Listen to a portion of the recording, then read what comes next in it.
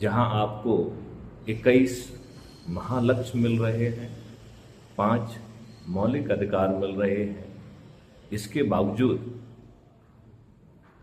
हम 9 दिन के इस संकल्प को क्यों पूरा नहीं कर पा रहे हैं? जबकि आम आदमी आज दुखी है, त्रस्त है, परेशान है, उसे न्याय नहीं मिल रहा है, चारों तरफ भ्रष्टाचार का बोलबाला है। इसके बावजूद क्या कारण है कि 9 दिन का सरल उपाय को पूरा करते हुए हम 100 करोड़ तक नहीं पहुंच पा रहे हैं?